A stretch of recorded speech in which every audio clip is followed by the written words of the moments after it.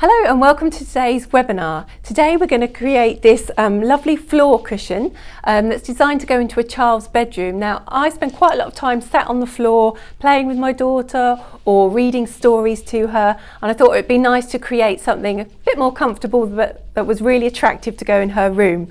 So this I think would make a great gift for a birthday or for Christmas, with Christmas coming up. So we're going to work through how to construct this cushion. When we make it, we're going to use a number of the fabulous Bernina accessories. The main one we're going to use is the circular sewing attachment. I love this attachment, it's brilliant. And we're going to use that to create these circles. And we're also going to use our Tailor-tack Foot. Now this is a really great foot that it's a bit underused, I think. And we're going to use that to create some fringing, which is going to go on the back. So it's not only nice on the front, it's nice on the back, and we're going to use that foot to create this lovely fringing. So we're going to use a few accessories and learn some new techniques, and I hope it's going to be really fun. Great, okay, so the first thing I did was I got a pillow, so I knew what size to work with, so I just ordered this online. It's a nice big pillow, so it's going to be nice and comfortable to sit on. So I've got my shape and I know how big everything's got to be, and this cushion is 24 inches wide, so that's my starting point.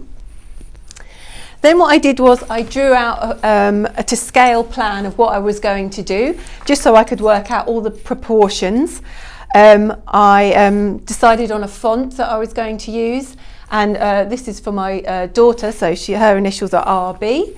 But you could customise that for whoever you're making it for. And then I just chose some nice simple shapes to incorporate. But you know, you can make them as complicated or as easy as you want. It just depends, you know, what you want to feature on your cushion. It's quite nice if you wanted something a bit more complicated. You can sometimes use colouring books as you know, a base for your design, because they're nice and simple shapes that you can cut out in applique. But I've just gone for a star and a heart, and it may not end up in exactly this position. We'll see how we get on.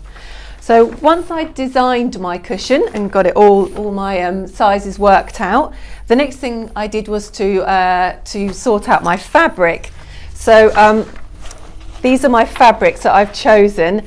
Now obviously I've gone super bright, because that's going to work well in the setting it's going to go in, but you could tone it down, use a lot more florals, you could make it more Christmassy, or you know, choose a few more novelty fabrics if you want, whatever you want.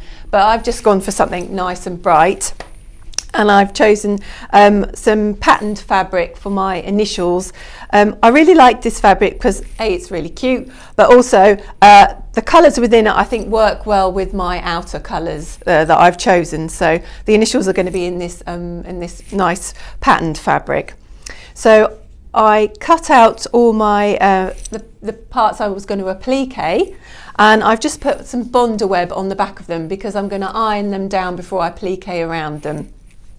So I think I've got all my sections ready. So now we need to start off by appliquing the circles onto the backing fabric, and I'm going to do that using our circular sewing attachment. So we're going to move on to that now. So the next stage, we're going to sew our circles with our circular embroidery attachment. Today I'm working with the lovely 480, which is one of the latest machines in the Bernina range. And I'm all threaded up, ready to go. I've got a green Metla Polysheen thread on the top and just a normal polyester white on the bottom, which I'm going to keep on throughout the project. And so I'm all threaded up. I love this machine because it's got these extra large bobbins which hold 70% more thread than a normal bobbin. So I'm pretty sure I'm not going to have to change my bobbin throughout the whole process of making this cushion. Okay, so I've prepared my fabric. And when you're using the circular sewing attachment, it's really good idea to have your fabric stabilised. It just keeps everything smooth and even. So I've got some stabiliser on the back, and I've just used a tiny bit of 505 spray to stick my top fabric onto my base fabric. So the next thing I'm going to do is attach the circular sewing attachment. Now this is great. You can do circles from 1.5 inch up to 10, and I think it's 10 inches. I want to go around, I think it's 8.25 inches is what I'm going to set up for my circles. So we're going to move on and I'll show you how to put the attachment on. In the box we get our instructions to tell us how to use it. we get the attachment itself. So this is the attachment. We get a screwdriver and we get 2 screws, but we actually only need 1 to attach it, so 1's a spare. So I'm just going to take the screws out and I'm going to pop it on. So the way it works is we have this prong here, and this goes through the center of your circle, and it allows the fabric to pivot so you get perfect circles when you stitch out. The great thing about this is you can have it so you stitch clockwise, or you can have it round the back so you stitch anti-clockwise. But for today, because we're going to be doing we're going to be using the decorative stitches, we want it to stitch out clockwise, so I'm going to attach it at the front.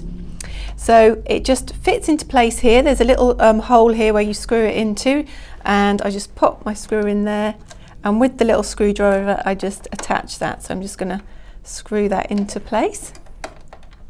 So this just holds it down, and all new Berninas, well, all Berninas have this hole so you can attach this. So I'm just going to make sure I line it up and screw it down into place. So that's it lined up. I'm going to put that back on because I'm always hurting myself with it. Okay, so now we're ready to go. The next thing we need to do is we need to work out how big a circle we want to create. And I'm going to just get my tape measure, and I'm going to work that out. So I think I want, I think it was 4 1/4 inches is what I want. So I'm just going to line this up with the needle in a central needle position, and this moves backwards and forwards, so that's how I work out how big my circle's going to be. So I'm just going to check that that's in the right spot. Yep, that looks good to me. Now I'm just going to, because I'm just appliquing the top fabric to the bottom, I just need to use a straight stitch for this. And so I'm going to pop the fabric underneath the foot, so I can take the little protective stopper off.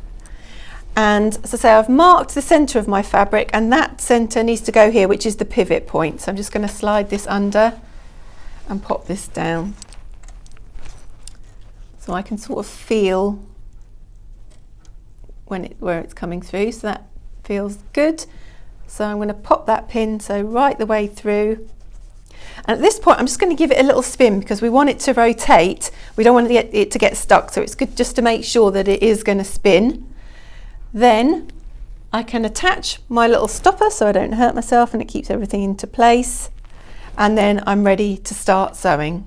I found the best way to sew particularly large circles is to set my speed at as slow as it will go, and to use my start-stop button and not my foot, because I found that allows me to focus on keeping the fabric nice and smooth, and just to make sure everything is pivoting well, because when you do your circle, your 2 ends have got to meet, so it's really important that everything lines up. So I'm going to lower my foot, and I've got a straight stitch selected. I've got my speed as slow as it will go, and I'm just going to turn on, and I'm going to do a few stitches back just to secure, and then we're going to sew round. Now I found the best way to do it is slow and steady, and just to smooth out as you go round. Make sure you've got no wrinkles and everything's nice and flat and lining up, and then when you reach the end of your circle, then both lines of stitching should marry up. So we're just going to go and stitch our way round.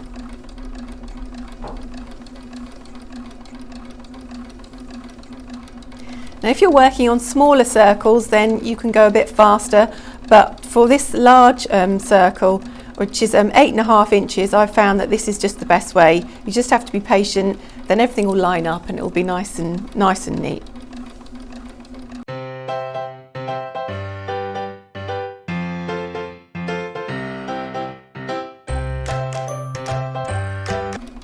So we're approaching the start, and it's all looking good. It looks like it's going to line up.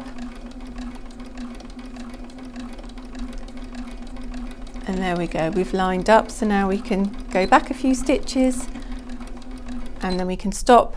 And another thing I really love about this machine is it's got scissors. So I can just press my scissors, and I think this is actually set to knot and then cut, so I probably didn't need to go back. But it just keeps everything so nice and neat, and I'm really happy that those lines have joined up. So we're just going to knot, cut, everything's nice and secure, and my two lines have joined up. So now I'm going to cut the excess fabric off, and I'm going to repeat the process on the other 3 squares that I've got to do. So now I've appliqued around all 4 of my squares, and I've cut the excess fabric away, so we've got our dots in the middle. And the next stage is to use the circular sewing attachment to sew down a really pretty decorative stitch around the edge, just to finish off these circles. Now, the thing I love about this machine and all the Berninas really is they have a great range of decorative stitches. They have so many lovely options. It's actually really hard to choose what's the best one. But if I go into my decorative folder, and for this first one, I'm going to look in the satin stitch designs, and I can actually pop that screen open so I can see all my options. As you can see, there's loads of really nice ones, but I think I've settled on, for this first square, I'm going to use 426, which is a half moon shape, this little half moon shape here. Now I've played around with it a bit earlier, and I've changed the default settings slightly, and I've also moved the needle position over to the right because I want this design to cover up the straight stitch line that I've already sewn. So I've selected this stitch and we're ready to go. So the next stage is to put my fabric back onto my circular sewing attachment. One of the things I love about this attachment is, you know, I've sewn my circle down, taken it off the machine. Now I can put it back on the machine and I can get it in exactly the right spot to applique over the edge. And I do that by, I've got my little hole here where the pin came through, and I just have to make sure that I pop that back right in the same position. So I just need to look underneath and place it exactly where it was before. Just pop that back. And now, because the attachment hasn't moved, nothing has changed, I know it's going to stitch over that perfectly. So I'm going to put my little stopper back on so I don't stab myself again. And then I can start to sew. Now I'm just going to pop my foot down, and I'm going to select to start off with a knot, because this machine has a knot function, so it's going to secure at the beginning. And again, I'm going to use my start stop button. I'm going to go a little bit faster this time, and I'm going to stitch all the way around with this lovely half moon design. Now the tricky bit is when you get to the end. So when I get near to the end, so the 2 rows of stitching are going to join up, what I'm going to do is I'm going to stop hopefully 2 pattern repeats away from the end, and I'm going to assess how much space I've got and whether I need to make any adjustments to the length of the pattern. But we're just going to start off by sewing round. So I'm just going to hold my thread, press and hold, and away we go.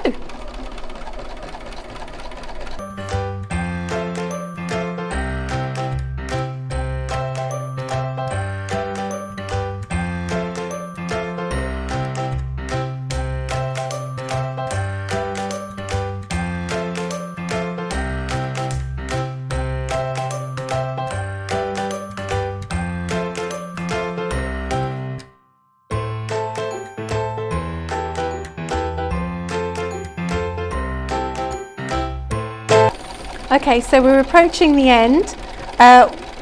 When I get, I'm going to press pattern end. I think I'm just going to do 1 more, and I can tell where I am on the screen. Then I'm going to press pattern end. So we're going to stop after this one.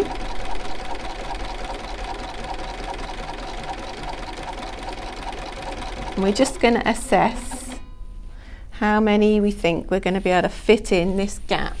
So I'm just going to have a little look. So I think that's sort of about a finger.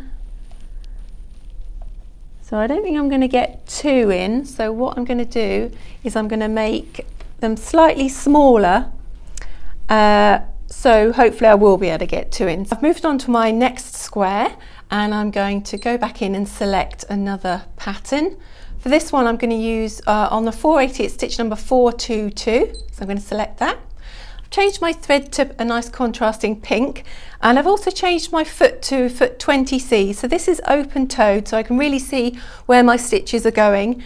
Underneath, it's got a nice wide groove, and that's really good for my satin stitches, because this is obviously has a bit of a satin stitch element to it. So we're going to work our way around and see how we get on. Now for this one, when I sewed the circle, I moved my needle position over 2 marks to the left.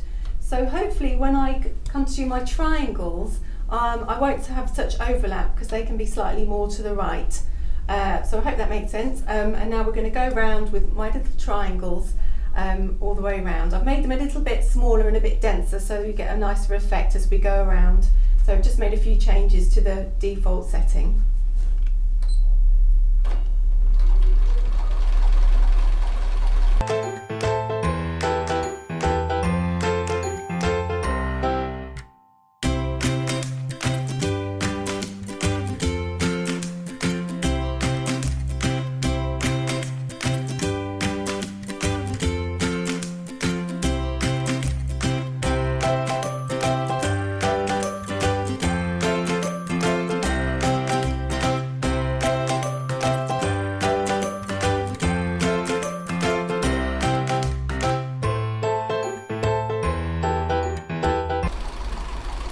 Okay, so we're getting towards the end, and I'm going to stitch until I think I've got about room for 2.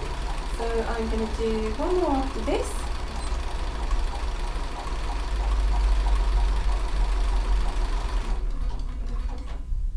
And I'm just going to assess. I think I've just got about room for another 2. So I'm going to carry on and I'm going to do another 2. And we can then join up. So that's 1.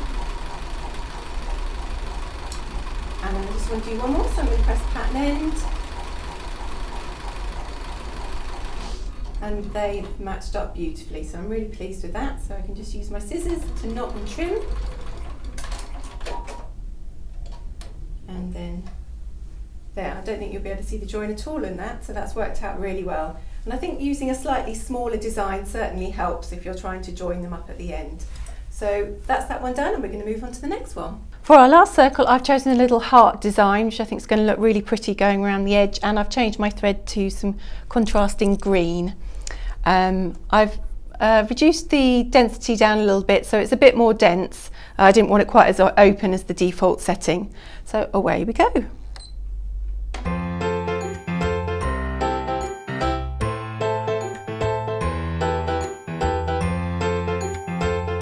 Okay, so we're getting close, so I'm going to do one more, see where that lands me. And I don't think that's going to be too bad, so we'll do one more and see how that joins up. I think that's going to work. Yeah, I think that's pretty good. Just going to do one more stitch, they join, and that's a perfect match. Very pleased with that. And I'm going to knot and cut with my scissors. The next section we're going to work on appliquing our shapes down. Now what I've done is I've peeled the bond web off the back and I've ironed them onto the centre of my circle. So I've prepared all 4 blocks, and now we're going to move on to appliquing each of the different designs down, and I'm going to do that with 4 slightly different techniques. So we're going to look at 4 different ways of appliquing down our shapes.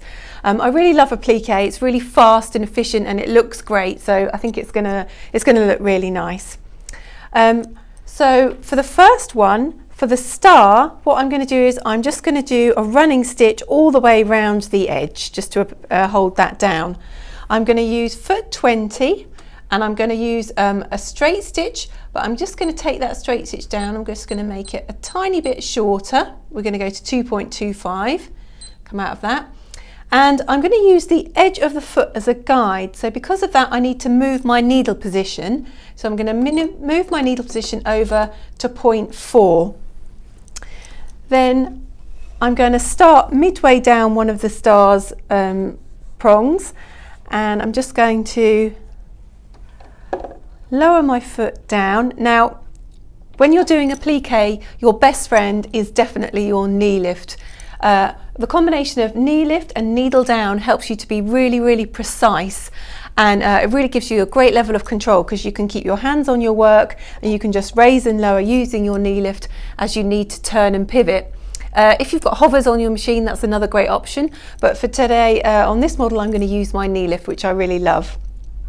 So we're going to start sewing down and around. Now I'm going to bring my threads to the top of my work because I'm going to tie them off at the end so I get a really nice neat join. So to bring my threads up, I'm going to go needle down, needle up, then I'm going to bring my foot up and I'm just going to bring both my threads to the top. I'm going to use my tweezers here just to pull that through. So I've got both threads on the top and I can lower that down, just get that nice and precise, and away we go.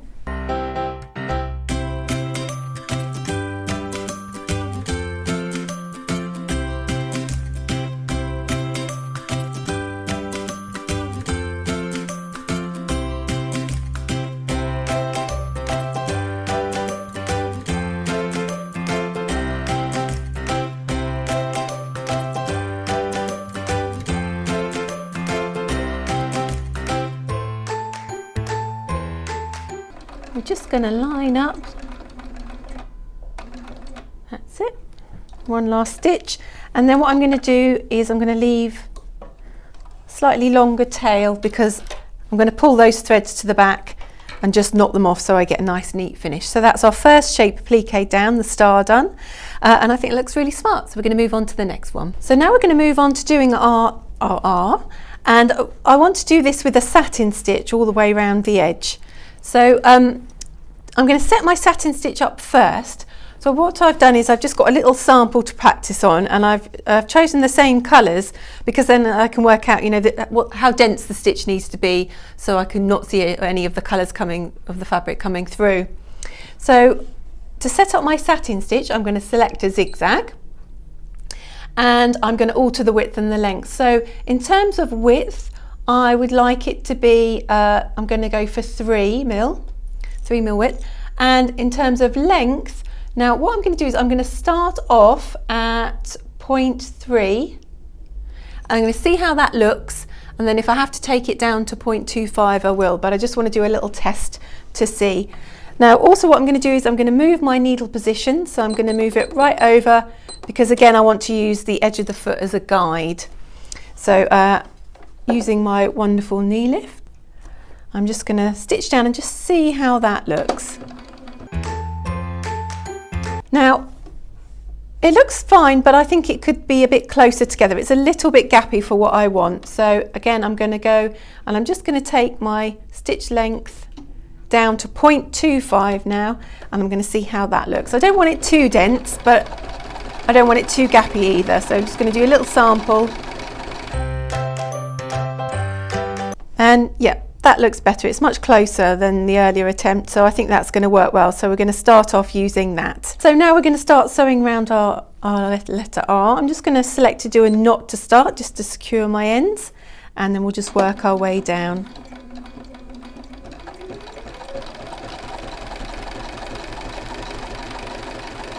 So I'm just lining up the edge of the foot with the edge of my fabric, making sure I'm covering the edge of my fabric, and then I'm just going to slowly work my way round. So if it's a slight curve, I can just gently guide my fabric round, but as we get into a more severe curve, I'm going to have to use my knee lift. So I want to stop with my needle on the outside, use my knee lift, just pivot round so I'm lined up again, and then carry on. And I'm just going to work my way around this outer curve. So with outer curves you stop on the outside.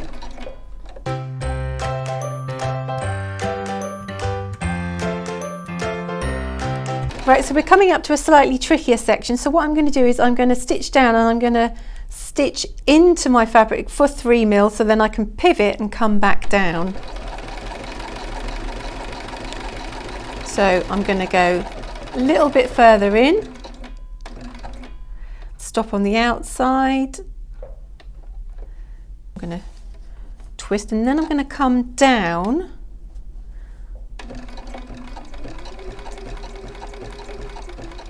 and then I'm going to stop on the inside and just twist round a little bit more, so I'm following that shape, and now I'm lined up to go around the leg of the R.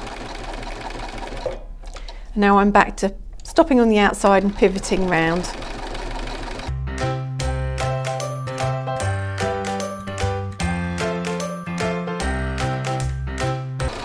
Now we're approaching an inside curve, so I need to stop on the inside to pivot round.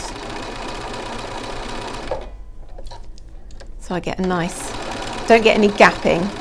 And then again, I'm going to go 3 mil over, stop on the outside and twist, and then I should be able to come straight down.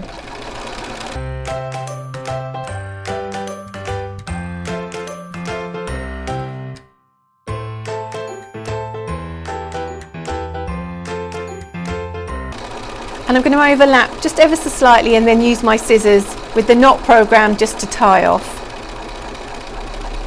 Just going to overlap just slightly, stop on the outside, press my scissors, it's going to secure and knot. And there we go. So that's the outside of the R done, and now we just need to move on and do the inside. So we'll just carry on and do that. Now we're on to our B, and I'm going to use a blanket stitch to applique this down, and that's one of my favourite stitches to use with applique. I think it looks really nice.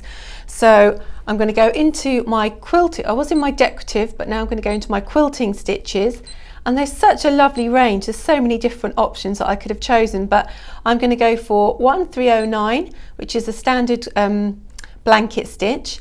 Now the default setting is 2.3, but I'd like to take that up to 3 because I want it to be, you know, the same width as the satin stitch I've just done, so they all, you know, marry up nicely.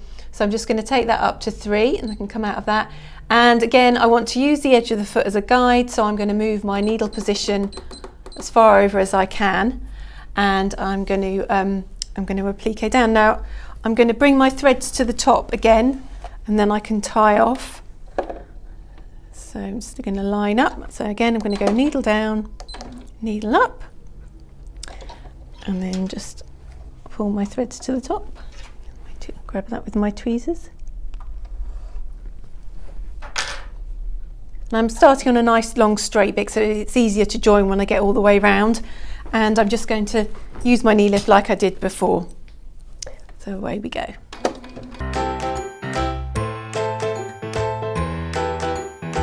So again, I want to stop on the outside, just pivot round.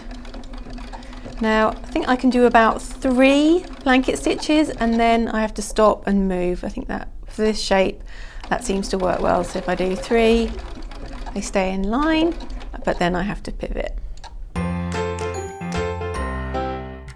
Because I really want this to sit nicely on the edge.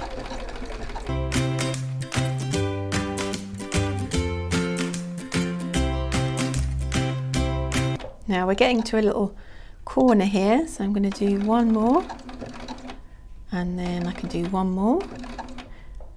Now here I'm going to stop, and I'm going to reselect the stitch, and I'm going to pivot, and I'm hoping it's going to do 1 stitch to the side, and then I'm going to stop again, reselect the stitch. So I'm going back to the beginning of the stitch, and I'm going to twist round, and it's going to go to the side again.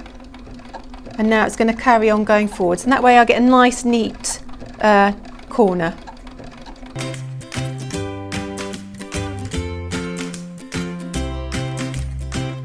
So we've turned the corner, and now we're just going to go down, and I'm going to stop there. It joins up nicely, and I'm going to leave my fairly long tails because I'm going to, I'll just pull that through to the back and neaten that up. So now we need to do the inside of our bees. So that's my bee done. For the last section, which is going to be the heart, I'm going to use a decorative stitch to applique it down. Now this is a really hard choice because if I go into my decorative folder, I've got all these separate folders that are all full of beautiful designs, but I'm going to go into my florals, and I think I'm going to use 113. This is a really nice leaf design, and it works well because it's got that central stem, that running stitch down the centre, which I can line up around the edge of my shape. Now I think this is a little bit too big as it is, so I'm going to make it smaller. So I'm going to take the width down, I think, to about 7.5, and the length I'm going to take down to about 10. Just make it a little bit smaller, going around the edge. There we go.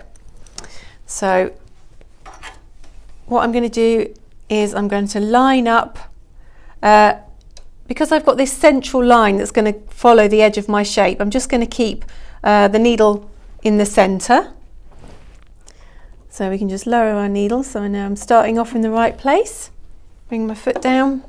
And I'm just going to guide it down and around, and we're going to, when we get to this area here, we're going to use our pattern end and stop and just navigate round the little V of the heart. But away we go.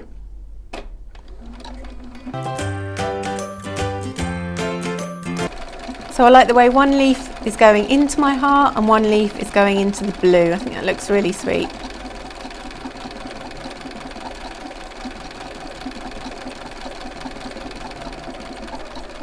So I'm just going to slow down because I'm coming to a point where I'm going to have to pivot. And I'm going to twist around. I'm just going to line up the next stitch, and then away we go. Now what I'm going to do, as I'm coming to this corner, I'm going to press my pattern end because I don't want too many leaves overlapping at that point. So what I'm going to do now is I'm going to go into my practical stitches, I'm going to go to a straight stitch, I'm going to make it slightly shorter, and I'm just going to stitch down that little V section. And I'm going to twist, and I'm just going to do a couple of stitches, 2 stitches. Now I'm going to go back to my decoratives, so I'm going to go back in there, reselect that stitch again, which is 113. Now because the machine has a temporary memory, it's remembered the changes I've made, so I can just go straight back to that and it'll be exactly as it was before. I don't need to re-enter any of my settings, which is another lovely feature of a Bernina, the temporary memory. So now we can just start to sew again. That just means I don't have too many leaves crossing over at in that tight point in the design. So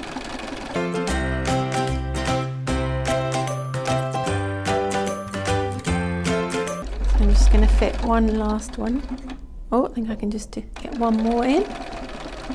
One more. Just going to pivot that round. Just going to move back a little bit just to get lined up. Just want to get one more little leaf in.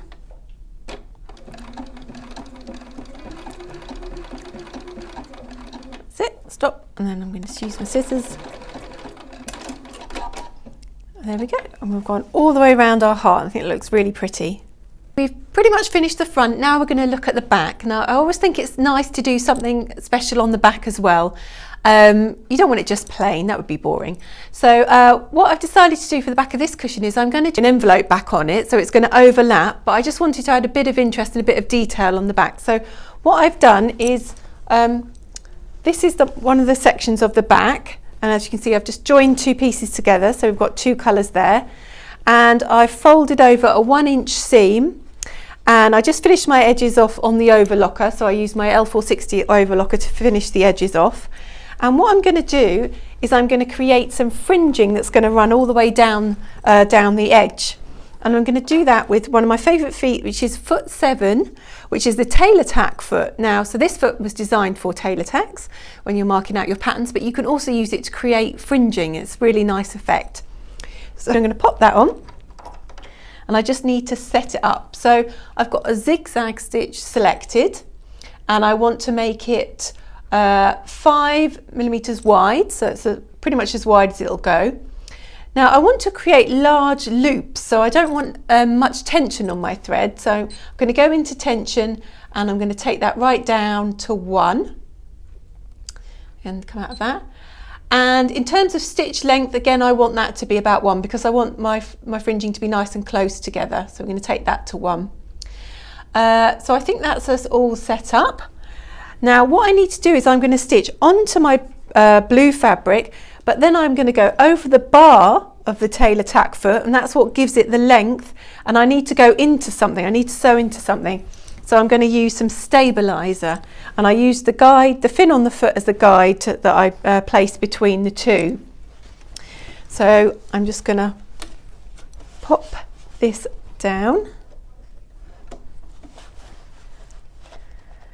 and I'm going to lower my foot. I'm going to start fairly near the edge, because because I've got a 1/2 inch seam allowance, so I need to be quite near to the top. And I'm going to start off with a knot so I'm secure, so I don't all unravel. So I'm just going to do a little knot. Oh, and one thing I forgot to mention is I've also put orange thread in my bobbin, because you're going to be able to see the bobbin thread. So it's got orange, same orange top and bottom. And then we're just going to stitch over the guide and work our way down. It's quite a long piece, so it'll take me a little while to get to the bottom. So I just need to keep my stabiliser one side and my fabric the other side and just guide it down. Now when I get to the end, I'm going to use my scissors, so I'm going to secure. And then I'm going to raise the foot, just slide the tailor tacks off. Now, what will happen is when I pull my stabiliser, the fringe should come apart, but I need to secure it along this edge. So what I'm going to use to do that is I'm going to select a triple stitch, but I'm going to make it shorter because it needs to be quite short, because you need to make sure you catch all these little stitches. So I'm going to take that down to, I'm going to take that right down to 2. And I'm going to move my needle position right over. I'm just going to keep the same foot on because it's just easy.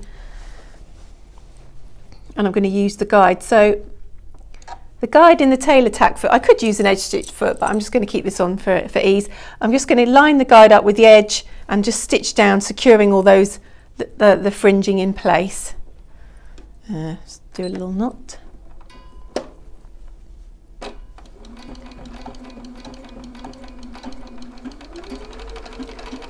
So I need to make sure I catch the top of all those stitches. Gently pulling them apart as I go. Great, and there we are at the end, and I'm just going to use my scissors to secure at the end. I've done my lovely fringing, so I've removed the stabiliser, and this is what you get left with. You get a lovely little fringing effect. I think that's really, really cute. So now what I'm going to do is to add another level of personalisation to the project. I'm going to write a little message that's going to run all the way along the back, and I'm going to use the text on my sewing machine to do that. I'm just going to put made with love, but you can put whatever you want, whatever message you want. You could put the child's name, or made with love from granny or mum, or whatever you want to do. But it's just another way to personalise a gift and make it extra special. Or you could even put Happy Christmas if you're making it as a Christmas gift. Okay, so we're going to program our lettering in. So on my 480, I need to go into combination mode. So I just press the plus. Then I go into my fonts. Now I'm going to choose the script font for this project. I really like this font, it looks really nice. And I'm going to expand my screen so I can see what I'm doing. So I'm going to put made with love. So I'm going to do capital M, then I'm going to go on to lowercase, M-A-D-E. Then I need a space, so I go into characters and find my space. Then back into my lowercase, and I can scroll up. So I'm going to enter made with, and then I need another space, and then go back to my lowercase, L-O-V-E.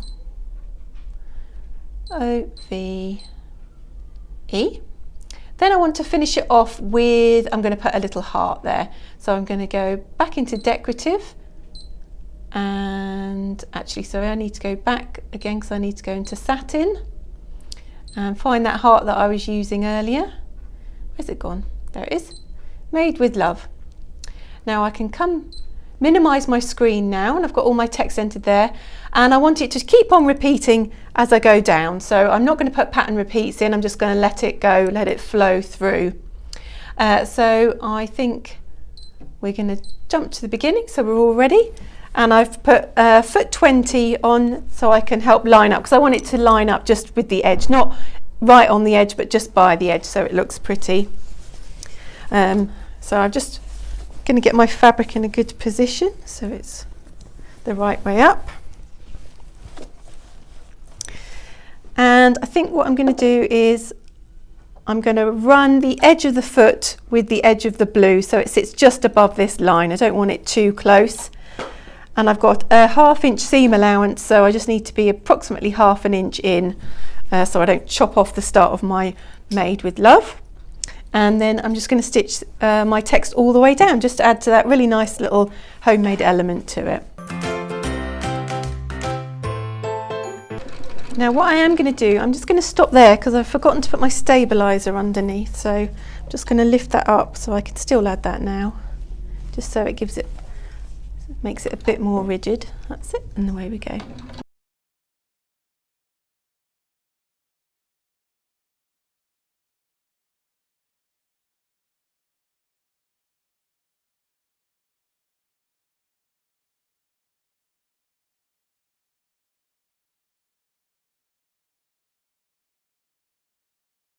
Now I've got near the end and I'm not going to have enough room to do a whole Made with Love again, so I think what I'm going to do is I'm going to come out of combi mode, I'm going to go into my decorative patterns, and I'm going to select my heart,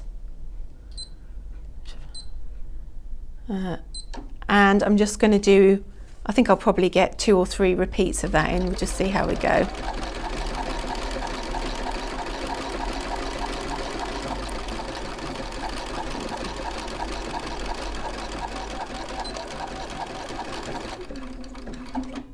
There we go, we can just finish there.